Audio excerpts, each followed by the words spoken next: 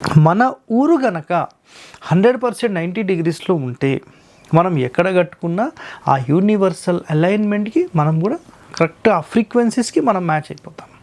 అప్పుడు మనకేంటంటే ఈ భూగోళం ఎలాగైతే తిరిగి ఒక పవర్ని జనరేట్ చేస్తుందో ఆ పవర్ని మనం మన ఇంటి లోపలికి కూడా ప్రవేశపెట్టవచ్చు.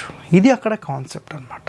సో నిజంగా ఒక ఊరి మొత్తంలో మీకు ఒక పెద్ద స్థలం ఉంది, మేము సపరేట్గా ఎక్కడన్నా కట్టుకుంటాము అంటే కనుక ఒకవేళ మీ ఊరు 90 డిగ్రీలకు లేకపోతే మీరు 90 డిగ్రీలకు కట్టేసుకోవచ్చు, ఇష్యూ లేదు.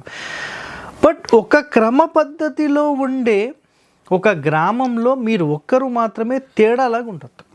అర్థమైందా? ఇప్పుడు ఇది రోడ్ అండి, నేను కెమెరా ముందు ఇలా కూర్చున్నాను, ఓకేనా?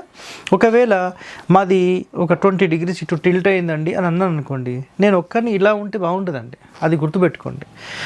ఒక క్రమవరుసలో ఉండే గృహములన్నీ కూడా ఒక క్రమవరుసలోనే కట్టాలనేది శాస్త్రం. అదొక్కటి గుర్తుపెట్టుకోండి.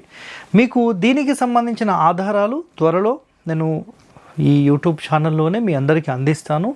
సో ఇక్కడ ఈ కాన్సెప్ట్ అయితే మీరు మైండ్లో ఏం పెట్టుకోండి అంటే, ఊరినే మనం సెటిల్ చేయాలి, ఒక ఇంటిని కాదండి.